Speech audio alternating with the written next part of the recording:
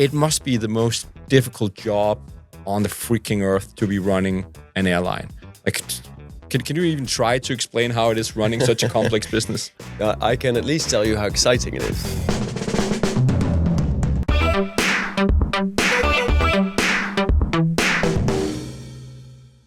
I'm really excited about the next conversation here in the Northbound Show, welcoming Scandinavian Airlines CEO Anko to chat a bit about reinventing a true Nordic icon and what is the future of aviation here in the Nordics.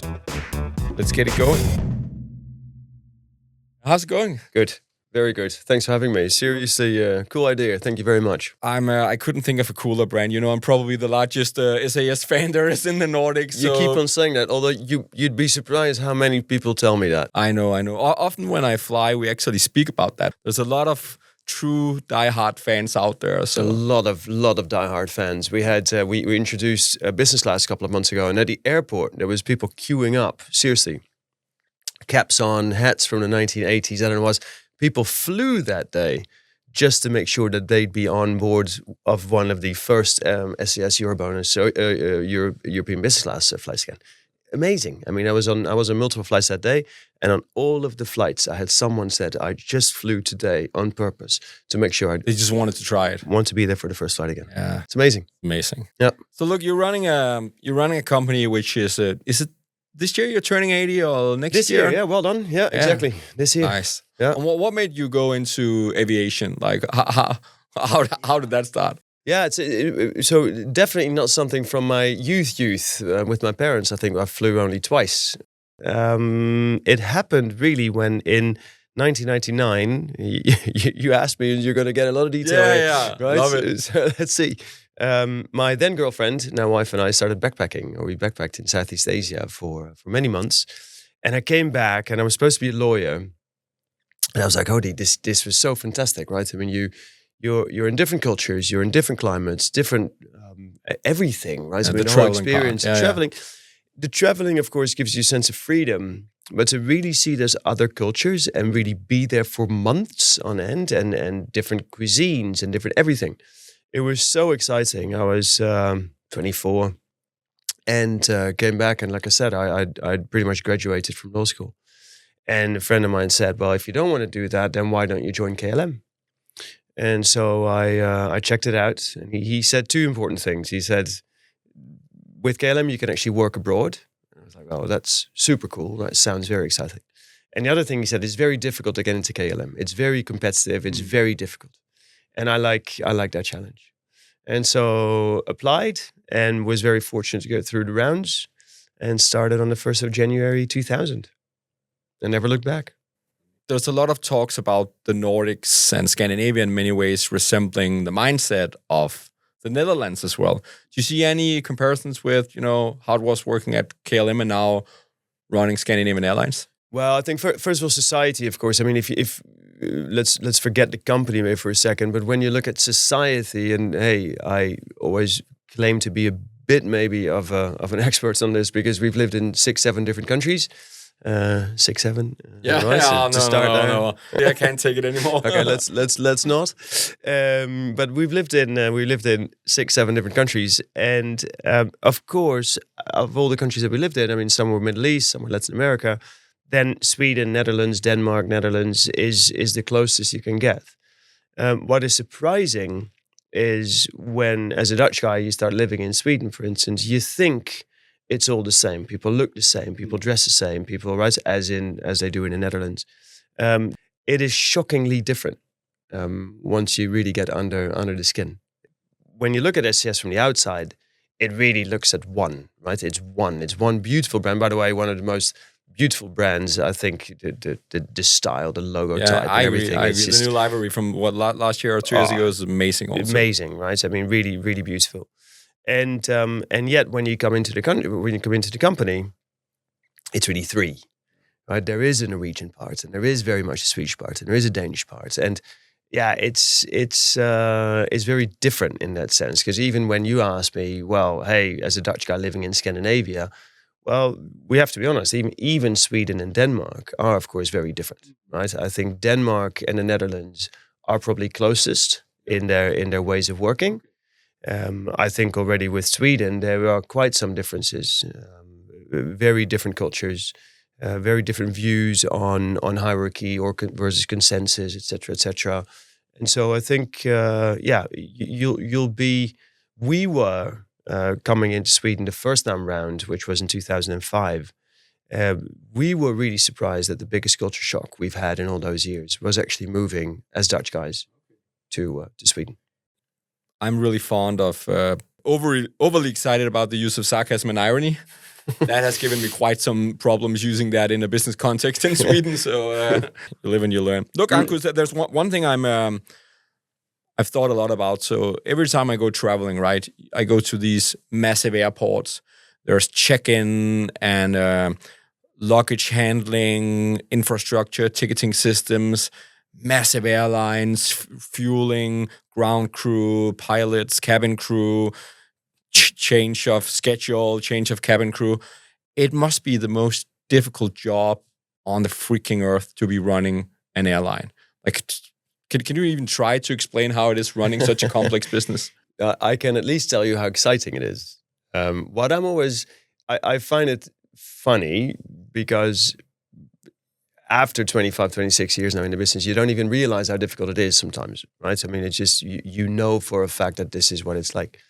I remember talking to very senior consultants very early on in my career, and they always said that this is the most difficult business. Indeed, because it touches everything, right? It goes from hardcore politics or geopolitics to the effects that has on oil price and rates of exchange and whatever, and then all the stakeholders, right? Governments, business societies, to of course just the general population, unionism, whatever, right? There's all these different things, and then at the same time you have to make 800 flights a day from Los Angeles to Tokyo work, right? And so it's really difficult to manage all of that, and at the same time, that is what makes it so fun. I really, honestly, after 26 years, I am still there. I'm still genuinely there. That it's because it's so complex, it makes it so fun. Do you think it's a defensive industry also? Is there an opportunity for challenges to come in, or is it more or less like the airlines we have are the airlines we'll have in 10 years also? No, I mean, we've had, of course, a fair share of disruptors. I think one of the big ones in Europe has really, truly become one of the biggest ones, of course, right? Ryanair, they've done an amazing job. You have to be honest there. The challenge is capital intensive. All those stakeholders that I spoke about earlier on that you have to manage. The capital requirement with the access to all those supply chains that in the end then work the same for everybody, that is somewhat of a nivelating factor, right? And I think it is. I think it's difficult to truly disrupt until you get to the point of teleportation, those kind of things. Because until then, it is a matter of, well, there is a vehicle that's being used to generate speed that with a car or a train you can't really get to, and cover distances where you actually don't have a road and infrastructure that you have to put in place. But then there is rules and regulations, of course, around that. So, and those will be the same for everybody trying to play by those rules, because otherwise it would be really chaotic. Yeah. So that is somewhat of a complication. But I do think that everything else, customer experience, right, airport experiences, the digital experience, there you can really be, you can add a lot of value as a brand. It's been a few years since you took over the helm at SAS. What shape do you think SAS was really in when you took over? Because obviously it's an iconic brand of the Nordics. It's also had its fair share of challenges over the course of the last decade or so, or maybe prior to that. What type of an airline was it you took over? Yeah, I probably still haven't fully digested also, because there's two things. There was, of course, the shape the airline was in, and maybe the shape also Scandinavian air travel was in, right? I came in pretty much at the back end of flight shame and right, all those things. And then there was COVID. And so I sometimes, yeah, exactly. And I sometimes look back, think, okay, was it because the state of the airline was X, or was it because society flight shame was Y, or was it because COVID was Z, right? But the combination of those elements altogether was, we were clearly not doing well, right? And I do think that had been going on for a while. And so, yeah, it was time for pretty much a harder reset. But it was also time for a harder reset and a more profound, probably, reset than I had imagined coming in, right? Because I came in July 2021. It was still the Delta variant. Omicron hadn't even been invented yet. Russia hadn't invaded Ukraine yet. So there was still some maybe naive hope of, well, we're going to pull through, right? We're going to try this. And all that went out the window as soon as those things happened that I just mentioned.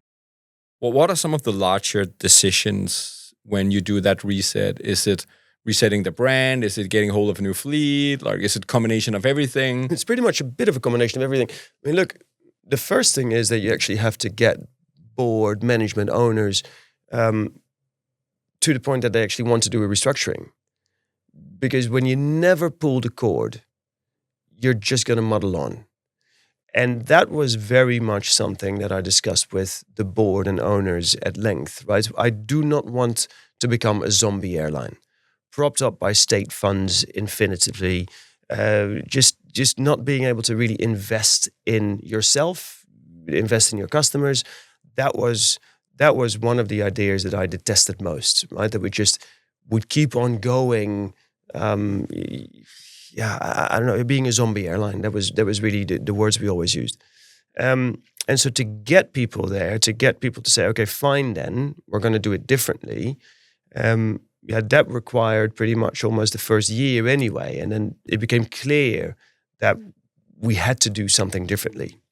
And so pillar number one was, let's do a restructuring. And then pillar number two is, okay, well, fine. And you get to restructure. Then what do you want to make of it? And for me, essentially, some of that stuff was always extremely clear. SAS by itself, as an independent airline, I didn't believe made a lot of sense. You're at the fringes of Europe. It's a beautiful place in the world, as you and I both know, and we're going to talk about it. But it's only 25 million people that do not live in one city. I lived in Mexico City for 7 years. By the way, best place on earth. We should go there once. But hey, 25 million people in one city. And so if you connect Mexico City with Tokyo, which is also 25 million people, of course you're going to fill a daily flight, right? The biggest city the second biggest city in Norway is Bergen, and it's got like 280,000 people, right? I mean, that's not a lot. So how do you build something that works for a scattered part of the world, very north? So that means that there is no northbound travel, basically, right? Look at Sweden. 80% of Swedes live Stockholm or below. And so, what are you going to do with the land above, right? So how do you build something that then really works? So very clear for me was pillar number one, we're going to do restructuring. Pillar number two is that restructuring needs to focus on, we need to consolidate, right? You need to be part of something bigger. And we believe when the European Commission approves this year of the Air France-KLM takeover of SAS, it's 1 in 3, 2026, right? I mean, it's ridiculous. It's a long time. So that was pillar number two, right? You need to do something around, call it the ownership structure. And then pillar number three was a lot of customer. And I'm an absolute religious believer in Net Promoter Score, NPS. NPS was not measured. There was something else in place. There was, of course, the customer focus. But I think we've really turned that into customer obsession. I think actually the real challenge of the old SAS was that even though we were owned partially by 3 different countries, those 3 countries realized that if they would put up a fight at board level, then they would never get anywhere. And so they didn't. But that, in my view, meant that we were an orphan. The owners almost didn't act very much. Yeah, you had no actively. clear parent. You had no clear parent. And that is actually what I've seen from my years in Latin America.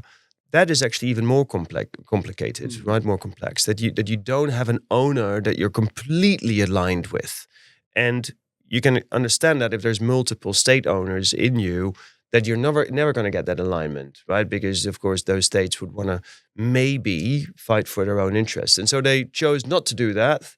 That's good on them, right? Great for not fighting, but at the same time, not fighting meant orphanage, which is also not great. So one of the big fights was, like I said, or the big resistance was, well, can we even get to a restructuring? And I think there, the internal opposition was quite stifling in the beginning. People really did not want to get to a restructuring. There was quite some opposition there from even up to my own team. The interesting thing was that I went the other way, where with the owners, there was more appetite. Then the board followed suit. And then, my team was still a bit, I think, I don't know. It's rude to say confused, but they were not really eager to pull that off from day one. And then the second thing is, we had lots of things where we wanted to make it an airline again. And I found that there wasn't maybe enough industry airline knowledge. There was, of course, a lot of SAS airline knowledge in there, but that also meant a bit of not invented here syndrome. Right, everything that was not SAS was immediately deemed, well, is that really right, or can that be a smart idea, or whatever. When you look at the rest of the world, right? I mean, there's lots of things that other airlines have done over the years that are simply worth implementing. So I think it's a combination of those two things.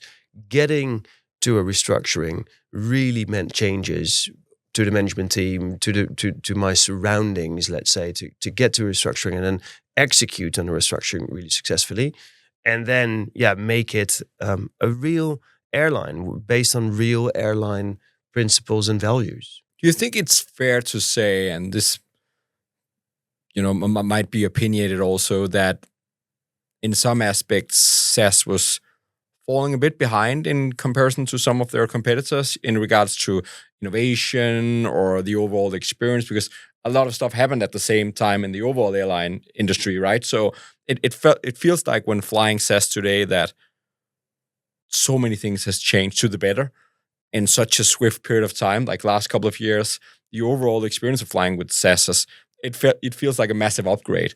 And I assume that has been difficult to pull off, and also difficult to identify which levers are we pulling, where can we improve on the experience, where can we do things that will really resonate with the customers, which in any industry it's all about. What's your thoughts about that? Well, first of all, my thought is, well, thank you for saying that. Because when we started this path a couple of years ago, it's not obvious that you'll get there, right? And so this has been blood, sweat, and tears. I mean, you really, I think everybody is. I'm also now at a stage where I'm absolutely happy to share that it was just absolute hard work. It's been very tough. I mean, plenty of tears cried and I don't know what. And here we are. And so when people like you, and I have to really say, many others are pointing, sending us emails, WhatsApps, whatever, LinkedIn messages, and saying, look, it's such a pleasure flying SAS again these days. We're really, really grateful. This is really great. So, what did we do there? Extremely complex because you touch upon hundreds of things, but very simple at the same time. It's called NPS, right? Net Promoter Score. And so I remember in COVID, I think already in my first year, at the end of the first year, I think, we wanted to go out to our diamond members, right? Golden diamond members. And we set up something which I believe the company had not done for many years. Doesn't really matter. But we said, let's go into the 3 capitals of Scandinavia, and we're going to invite 300 people in each city. And we're going to see if they show up and then have a conversation with them. And that was the start of the evenings, as we now call them, the evening of conversation. And we've been, we were surprised. Let me first tell you, because it still blows my mind, and it's such a beautiful story at the same time, right? And it tells you about the loyalty for this company as well. So we send out invites, and so there's 900 seats, 300, 300, 300, Stockholm, Copenhagen, and Oslo. And it took 33 minutes for all 900 seats to be taken. All 900 seats taken in 33 minutes. And the day that we were flying to Copenhagen to have that session with our diamond customers, there's people on the aircraft. They're coming to me and say, oh, it's such a shame. I was in the United States. I was in the middle of the night. I got that email. And then when I wake up, already all the seats taken. It's gone. So could I please attend tonight? And could I? And this is 22, and we really were just coming out of COVID, and we had the strike in 22, and it was just all very difficult. And yet people were feeling like that about us. And so that was truly awesome to see. And those evenings were, I think, the embodiment as well of our desire and my personal desire to really stay close to our customers, because it allowed us two things. One, okay, so now we're in chapter 11, we're doing this restructuring. Here is what that means. But we could immediately tell 900 of our most important clients ourselves what was going on, right? We had the narrative and we could tell them. And 900 people, that's on a total of 8 million Eurobonus members. In a way, that's negligible. But these are 900 people that, of course, talk to their... Super loyal, talk to their friends, talk at birthday parties, talk wherever, right? And so 900 people, you start to make an impact. And that was something that we got back fairly quickly, because we then heard from others that said, oh, by the way, my friend was at that party and or at the event, and they heard you speak, and okay, thank you very much for taking the time and whatever. So one, it allowed us, of course, to, in a way, control the narrative still about what was going on with SAS. The second thing it did was, and we keep on doing that today, is one, what would you like to hear from us, right? And so by them asking questions, you know what is on their minds. I'd say if 5, 6, 7 people stand up on such an evening and they say, oh, by the way, your on-time performance is really not great, and it hasn't been for a number of years. Okay, great. Well, on-time performance, right? Okay, well, whatever they spoke about. But in those conversations, you then also are able to test. Okay, so you say that on-time performance is great, but is on-time performance more important to you than X or than Y? By the way, what about new destinations? Where would you like to go? And first time we were here in Copenhagen, so this must be September, October 22, I would think. With that evening, we asked, should we reintroduce European business class? Because it was something that we were playing with. And it was something that the company as such was maybe not a big fan of at that point. They weren't convinced that this was really the way forward. And it was very interesting what happens then. Honestly, I'll tell you again, because Scandinavia, we're supposed to be all equal, right? Everybody's equal. And so, no need for business class, right? Because that means that you have in front of the curtain and back of the curtain, and that's not us. So publicly, people were like, not so sure. In the breaks, you should have seen what happened. I had dozens and dozens in every single of the 3 capitals, people coming up to me and say, great idea. Absolute great idea. It's ridiculous. You don't have a business class at the moment, and you don't have this, and you don't have that, and British Airways, and Lufthansa, and Air France, and they all have. You should do that. So that was it. It allows you, right, to listen to your customers, test ideas, and then what we now do every single year, we say, okay, well, last year we heard you say 1, 2, 3. We have followed up on 1 and 2. They're implemented. Unfortunately, we're still lagging behind on number 3. We're not perfect on number 3, and we really apologize. Here we go again, right? So what's your new number, top 3? And we'll take number 3 from last year with us. And so doing that every year also builds, I think, credibility to, we deeply care about you. We care about what you want us to do.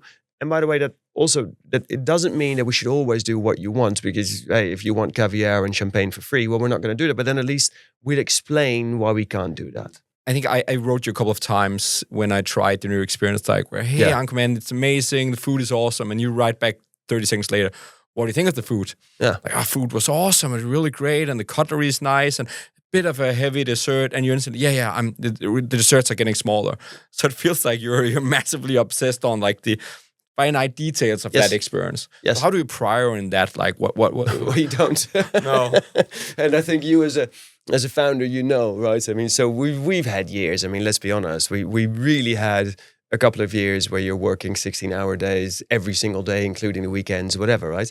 And sometimes more than that, including all the travel and I don't know what, right? So, but I think that's what it needs.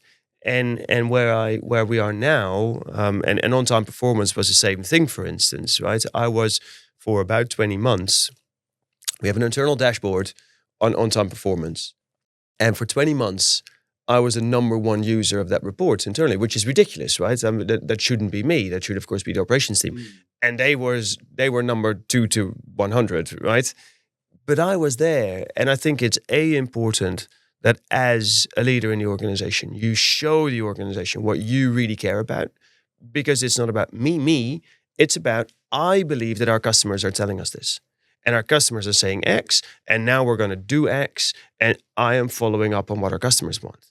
And so, very important. And then I'm going to take a sidestep to another Swedish icon.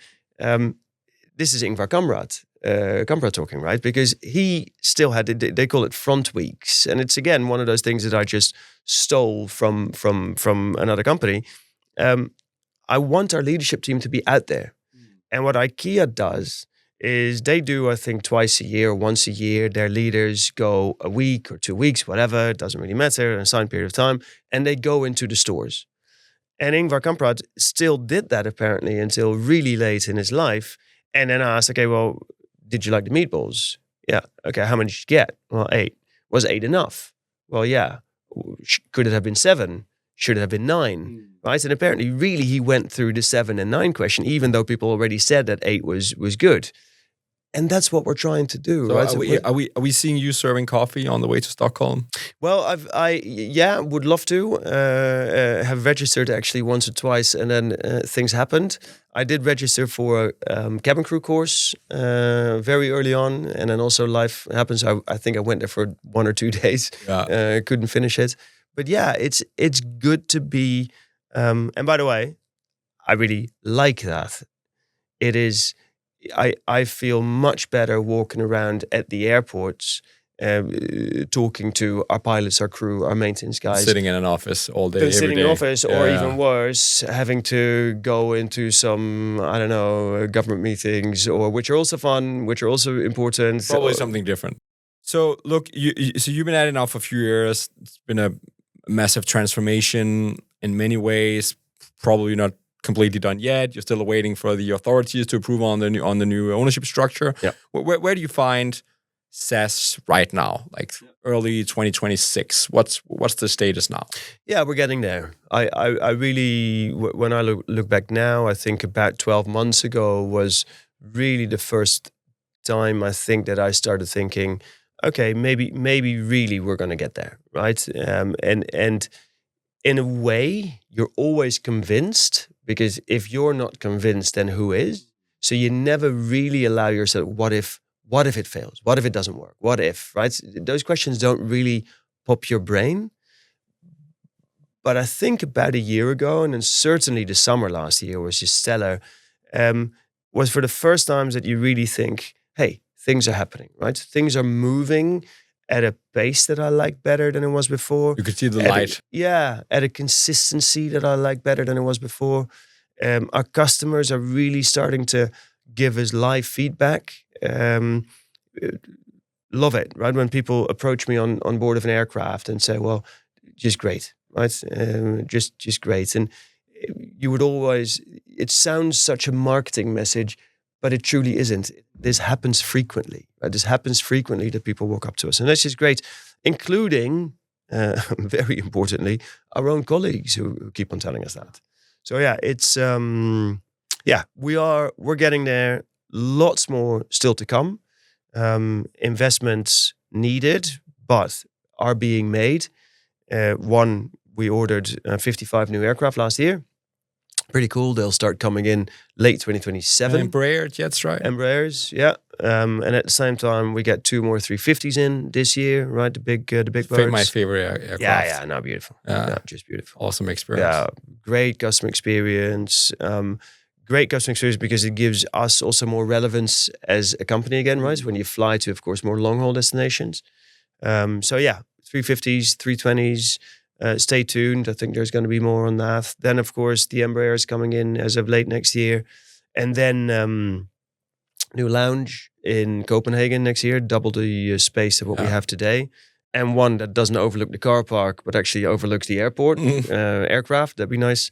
And investments in, for instance, Wi-Fi, right? We just tested Starlink last week. And let's hold that for a second. I have a bunch of questions for all those initiatives. But look, so as I said in the intro, I think SAS is one of the most iconic Scandinavian brands, probably known by the entire population across all Scandinavian countries. Do you think having that iconic Nordic brand is an advantage, or could it be a burden also?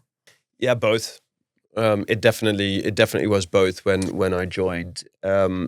because I haven't put this into words, so I need to think whilst I'm talking.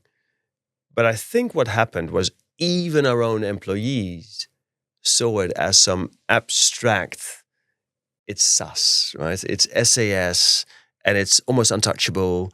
And hold on, guys. I mean, SAS is a group of decisions by a group of highly skilled professionals taking together, right? And so one of my pillars is we should do more ancillary revenues, right? And ancillary revenues is, for me, and again, it sounds corny, but it's just 100% true. This is how I look upon this. It's personalization and almost democratization to the max. If you and I fly tomorrow and you have a pet and I don't, and you want to bring your pet, then by all means, right? Here's your pet, and it's just personalized and you pay for your pet and I don't. If you want an upgrade and I don't, if I want to bring 2 suitcases and you don't, if I want to rent a car, if you want to book a hotel, right? I mean, all of those things that I just mentioned should be possible for you to book under the SAS brand and under the SAS website or app or whatever. But it's all personalization, right? And yet, even internally, that was being seen as, well, but that's what low-cost airlines do. Yeah, guys, it's just so wrong to look at it that way, right? It's real personalization, and it's just customer obsession. Allow a customer to take their own. Customers are smart, right? Customers know what they want for themselves. We are in business to give them a variety of options, and they can choose themselves, right? Let customers take the decision. Don't choose for them. And so when you look at SAS in the old style, maybe you think, well, that's an abstract thing. Then ancillaries didn't really come into play. And we have more than doubled, almost now tripled our ancillaries. And ancillaries is a margin maker, right? Because if you want to book a hotel, fine. You could go to all sorts of websites and book a hotel. I'd rather have you do that through us because then we get the commission for it, right? And so that is something that we've really built into the company. So I think it was a burden from the start, but it's and that's what I call a bit the not invented here syndrome earlier on. But but that's behind us. So a big theme here in the Northbound Show is creativity also. I think it's one of the core skills in our region. SAS has done a lot of business creativity recently. You just spoke about the ability to book an entire travel with SAS or hotels and everything. You've also been truly innovating in other aspects of the business that might not give direct revenue or even revenues at all, but are really appealing to look at from the outside. So you have this Nation Unknown. You recently fired up Starlink, as you were just saying, in one of the first jets. You were doing some Astralis crews. We're playing against each other, one flying, one on the ground. I think I read that the flying crew won. Yeah, they did actually. I think there's been so much SAS innovation over maybe just the last year. So what was like? Do you have a strategy around that? Is it more opportunistic for creativity that arises throughout the organization? How do you look at that? Yeah, so definitely also the last one, the latter, because Destination Unknown was created by Matthias, one of our guys on the team. Fantastic concept, right? Just real fun, and we really just caught on to it and said, yeah, absolutely, it's what we're going to do. Not realizing even ourselves, I don't even think Matthias knew at that point how big of a thing it was going to be. So yeah, Paul Verhagen, our chief commercial officer, and the teams launched it, and we've been doing it once a year since. We hope to be doing one this year again, later in the year, after the summer. And stay tuned, drum roll. I'll sign up on the website to try it myself.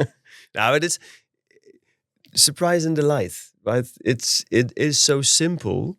What about the Starlink Astralis experience? Starlink was amazing. Can we have last Starlink week on all jets, so we can have proper Wi-Fi flying to the US? Yeah, so it's going to be in 2 stages. There's going to be pre-summer. We want to have 60 aircraft ready pre-summer, And then we're going to do the rest of the fleet after the summer. And that will include the wide bodies. It was amazing, I have to say. It's just, it's a gold standard out there. I've flown now twice on a Starlink aircraft with SAS. Of course, been in the fortunate situation that that I know which aircraft has it and how to log on. We're still in the test phase, but we're going to soon roll it out. About 12 aircraft a month from now until the summer peak. Strong, just have to say. We were live on Norwegian television, and it comes out just when you look at it on TV, it is as if you're working from home somewhere, and it's incredible, really incredible. It's probably inspiring. Also, there's another airline that often do their intros when you're embarking the flight with. Unfortunately, the Wi-Fi system is closed off on this flight. I've heard it sufficient amount of times to. I'm not sure there is a Wi-Fi system on that plane even, but well, we've had long discussions about that because a lot of I think the current Wi-Fi that we're having is actually already superior to many other airlines in Europe anyway. And so why do we call it out when it doesn't work? And so should we just say nothing? Because I flew on a particular German airline the other day, and they don't have anything, and not even charging in the seats. We should probably cut this. This is probably too much. It's probably too much. But the point is, why do we even? It comes back to one of those Scandinavian values, right? It's transparency. It's just honesty. It's look, we don't have Wi-Fi today. Terribly sorry. Hey, in a matter of months, 60 aircraft, end of the year. All of our SAS awesome. Aircraft. Yeah. So speaking about that, there's a rollout plan for Starlink now, but and I think this has been one of the media's favorite questions to you. So I'm going to divide it into two. All right. The future outlook, and I think the vision of two might be future outlook. Where do you see SAS in 5-10 years? And then second part of that question is, where do you see the experience of air travel evolving in 5-10 years? Yeah, I think the media's question is probably more into, does it still have an SAS logo on? Yeah, 5-10 years from now. It's funny, isn't it? Yeah. So let's start with that. It is surprising to me that question keeps on popping up. Okay, let's break it down. Air France bought KLM in 2004. It's 2026. Has the KLM brand disappeared? Not really. Probably strong as ever. So let's build on that. The KLM network has grown 63% since 2004. So KLM has never been bigger, stronger, more relevant to its customers than it is today. Iberia was bought by British Airways in 2010. Iberia is not bigger, never been bigger than it is today. Swiss, Austrian, still in existence, right? So come on, I think we're really beyond that point, right? Being part of a big airline group in Europe will support us, will strengthen us. We can drive synergies. You can, of course, do all sorts of things in back office that as a customer, you won't really notice. And that just will make us healthier, right? So, and yes, let's be clear here, because otherwise people are going to say, oh, but he didn't say that the brand will survive. The brand will survive, right? Absolutely, SAS will be there.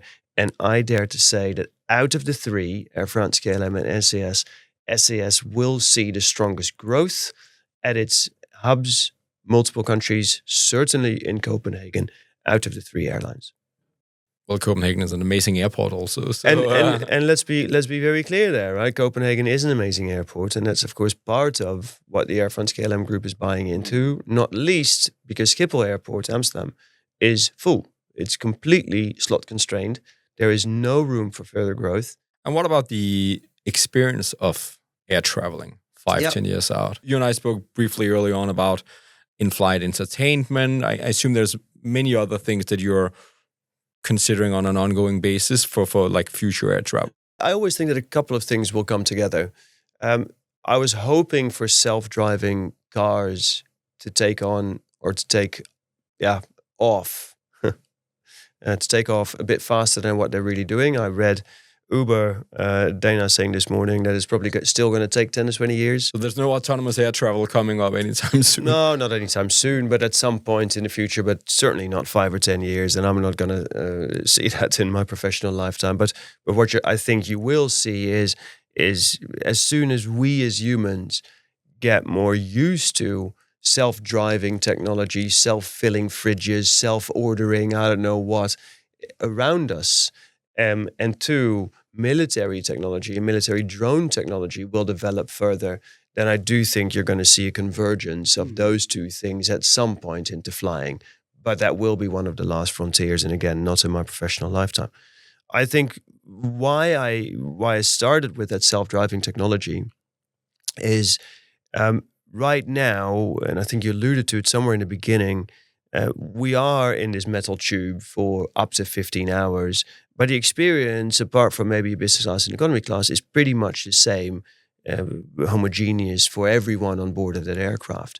But you could start, of course, to think of mood lighting, personalized settings that you have in your profile, right? And so really from personalized food experiences, personalized color, personalized lighting, personalized everything on board in that delivery, I think will be bigger.